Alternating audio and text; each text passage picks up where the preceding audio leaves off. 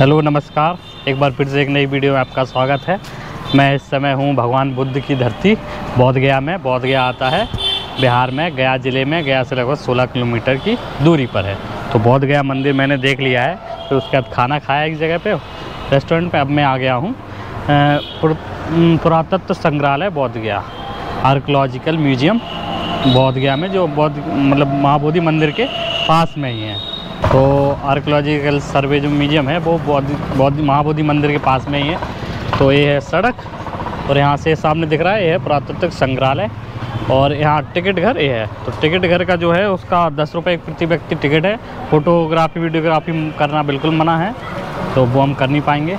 लेकिन मैं और 10 रुपये टिकट है, और शुक्रवार को बंद रहता है, और 5 बजे से शाम 9 बजे तक खुला रहता है, रात 9 बजे तक। तो इसके बारे में यहाँ लिखा हुआ है। तो इसके बारे में जानकारी दी गई है कि बोधगया सर्वाधिक महत्वपूर्ण बौद्ध तीर्थों में से एक है, जहाँ भगवान बुद्ध को ज्ञान की प्राप्ति हुई थी।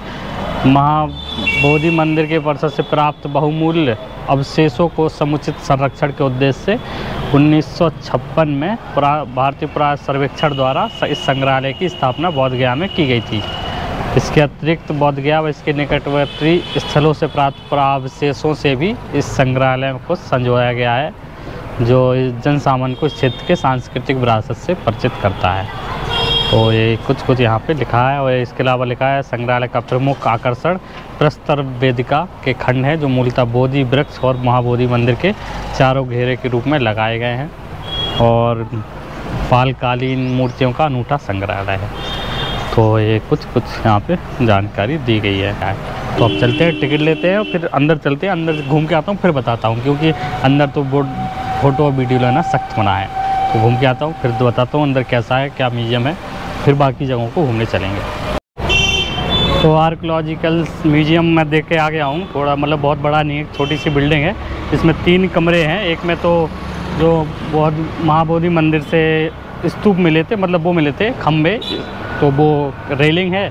दूसरे में भगवान बुद्ध की मूर्तियाँ हैं, और तीसरे में भी अलग अलग जगहों से मिली मूर्तियाँ हैं। तो बहुत बड़ा नहीं है, छोटा सा। आप आधे घंटे में अच्छे से उसको देख सकते हैं। उसके अंदर फ़ोटो वीडियो बनाना मना है। वीडियो नहीं बना सकते मोबाइल से भी, और किसी भी चीज़ से।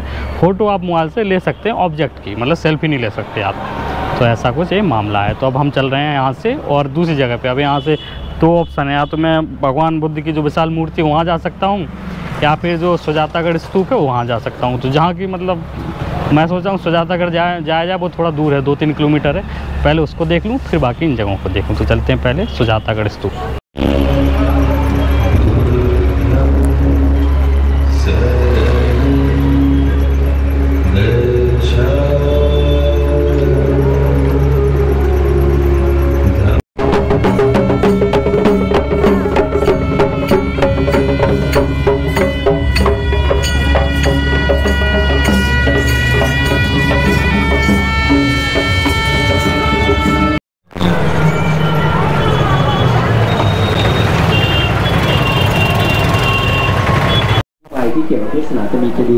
तो अब मैं आ चुका हूँ सुजाता मंदिर। सुजाता मंदिर गया से लगभग 4 किलोमीटर की दूरी पर है। पहले आपको मैं मंदिर दिखा देता हूँ, फिर इसके बारे में बताता हूँ। तो कुछ इस प्रकार है सुजाता मंदिर दिखाई देता है। ये बरगद के पेड़ के नीचे मंदिर स्थित है, और बकरौरा गांव में स्थित है, जो पहले सेनानी गांव था। इसके बारे में कहानी मैं आपको बता देता हूँ कि भगवान बुद्ध जब यहाँ पे 6 साल तपस्या की, घोर तपस्या, तो उनका पूरा शरीर एकदम मृत हो गया था। पेट और पीठ पूरा हड्डी बन गया था। तब यहाँ की एक दूध वाली थी सुजाता, तो उन्होंने ही भगवान बुद्ध को खीर खिलाई थी इसी जगह पे, और उन्होंने ही समझाया था कि तपस्या के साथ अगर जान नहीं रहेगी तो फिर तपस्या कैसे कर सकते हैं, तो वो करिए। तो फिर उन्होंने ही बताया था कि आप वहाँ पे जाइए नदी पार करके। तब वो यहाँ पे उन्होंने खीर खाई, तब उनके जान आई। उसके बाद वो फल्गु नदी को पार करके महाबोधि गए, जहाँ मंदिर है वहाँ पे, जहाँ पे उनको ज्ञान की प्राप्ति हुई। तो मैं आपको अब मंदिर दिखा देता हूँ, कहाँ क्या क्या बना है वो दिखा देता हूँ। तो यहाँ पे सुजाता मंदिर, यहीं के पास में ही सुजाता स्तूप है, जहाँ पे सुजाता जिनका दूध वाली का घर था। तो वहाँ इसके बाद वहाँ भी चलेंगे। तो पहले आपको मंदिर दिखा देता हूँ। तो मंदिर में ये वो बरगद का पेड़ है, जो जहाँ और ये सुजाता जी बैठी हैं, ये भगवान बुद्ध। तो यहाँ पे ही उन्हें खीर खिलाई थी। और ये मंदिर कुछ इस प्रकार दिखाई देता है। मैं पास जाके आपको मूर्ति दिखाता हूँ।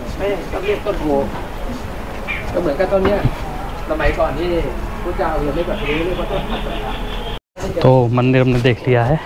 तो ये मंदिर में ये भी स्टैचू बना है। यहाँ पे भी सुजाता जी और भगवान बुद्ध की मूर्ति बनी है, ऊपर झंडे लगे हुए हैं। तो अब मंदिर देख लिया, अब चलते हैं सुजाता स्तूप की तरफ और फिर स्तूप देख के वापस बौद्ध गया। मंदिर में एक खीर का प्रसाद मिलता है, तो जब जाएं तो एक खीर का प्रसाद भी ज़रूर खाएं।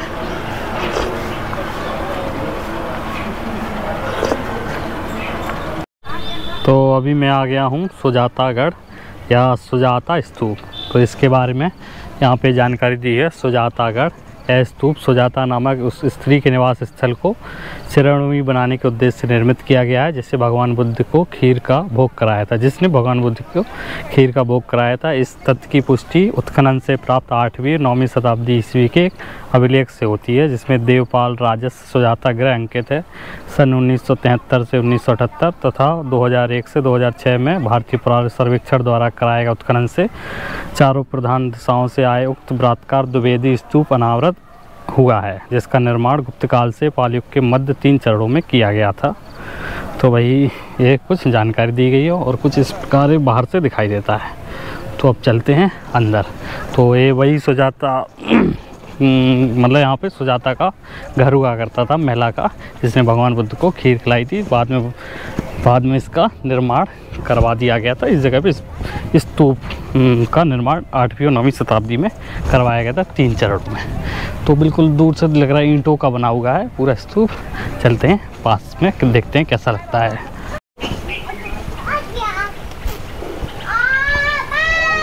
तो हमने स्तूप देख लिया है। उत्खनन में मिला हुआ स्तूप है, जो मतलब अब पूरा उतना अच्छे से नहीं बना हुआ है, फूटा हुआ है, खंड खंड में दिखाई देता है। ईंटों से बना हुआ दिखाई दे रहा है जैसा। तो ये कुछ इस प्रकार स्तूप है, आप इसका पूरा एक चक्कर लगा सकते हैं। बाकी यहाँ कुछ है नहीं, बाकी यहाँ कुछ पेड़ लगे हुए हैं, हरियाली टाइप है।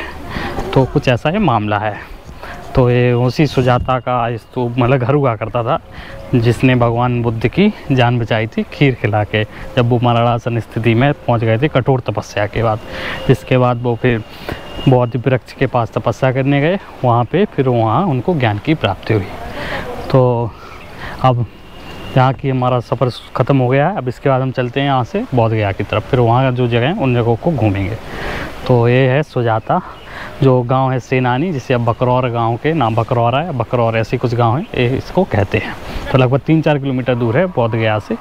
तो आप मतलब ऑटो या कुछ और साधन लेके यहाँ तक आ सकते हैं आराम से। तो अभी एक चक्कर और लगाऊंगा, फिर निकल जाऊंगा बौद्ध गया की तरफ।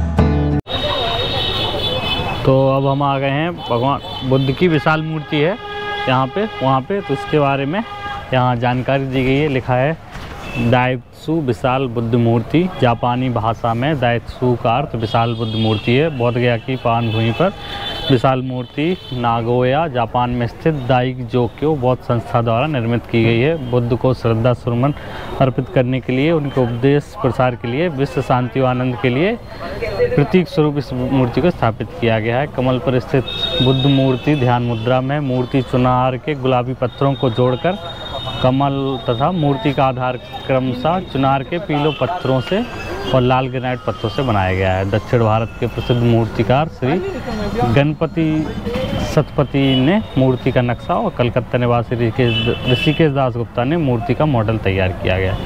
तो ये कुछ जानकारी। इसके अलावा इसका अनावरण दलाई लामा ने 18 नवंबर 1969 को 1989 को किया था। और पास से भगवान बुद्ध की मूर्ति कुछ इस प्रकार दिखाई देती है।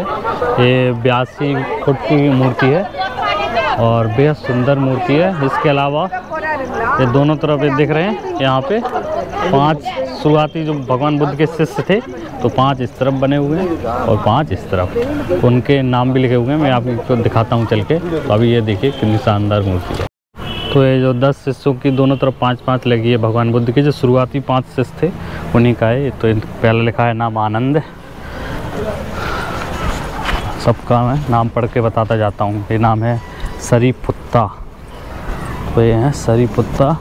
इसके बाद इधर आगे बने हुए ये हैं पुन्ना,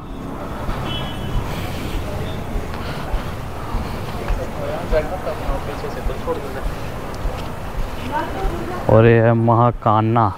तो ये भगवान बुद्ध की जो मूर्ति बनी हुई है इसमें लगभग 25,000 राजमिस्त्री लगे थे। इसका नाम है राहुल। तो ये है राहुल, और 5 इस तरफ हो गए हैं। और पीछे से मूर्ति कुछ इस प्रकार दिखाई देती है, और यहाँ पे बहुत सारे झंडे लगे हुए हैं। और यहाँ भी इस तरफ भी 5 शिष्य लगे हुए हैं, जो भगवान बुद्ध के शुरुआती जो 10 शिष्य थे ना उनके नाम है। तो 5 इस तरफ 5 इस तरफ। और इसका टाइमिंग सुबह 9 बजे से 5:30 बजे तक है, लेकिन 6 बजे तक खुली रहती है। और कोई टिकट नहीं है, मतलब टिकट तो कहीं भी नहीं है, सिर्फ वहीं महाबोधि मंदिर जाएंगे तो वहाँ मोबाइल कैमरे के लिए लगता है सिर्फ टिकट, और कहीं भी टिकट नहीं है। ये है सुभूति, और इसके अलावा उपाली है आगे, और फिर 3 नाम और हैं। तो कुछ इस प्रकार 10 शिष्य हैं जिनकी भी मूर्ति दोनों तरफ लगी है। महाकश्यप, और ये है महामगोलना, और ये आखिरी अनिरुद्ध। तो ये कुछ इस प्रकार ये मूर्ति दिखाई देती है। तो शाम हो गई है, थोड़ी देर में ही बंद होने वाला है, इसलिए उतनी भीड़ नहीं है। शुरू में भीड़ थी, अब थोड़ी काफ़ी कम हो गई है। तो कुछ इस प्रकार 82 फीट की मूर्ति है, और बॉक्स रख के सटा के बनाया गया है, लेकिन पता नहीं चल रहा है दूर से देखने पे। तो काफ़ी खूबसूरत नक्काशी का एक नमूना है, और भारत की सबसे बड़ी मूर्तियों में से एक है भगवान बुद्ध की। तो हम कुछ देर यहाँ पे रहेंगे, फिर निकलेंगे। और तो अब बाकी सब मंदिर हैं जो हैं अलग अलग देश के मोनेस्ट्री, लेकिन वो बंद हो जाती हैं 6 बजे। तो इस वीडियो को करते हैं ही ख़त्म। तो शुक्रिया हमारी इस वीडियो में बने रहने के लिए। बिहार का चैप्टर अभी शुरू हुआ है, लेकिन बिहार की और जगहों को अभी घूमने का प्लान नहीं है, वो कभी और देखा जाएगा। धन्यवाद, शुक्रिया।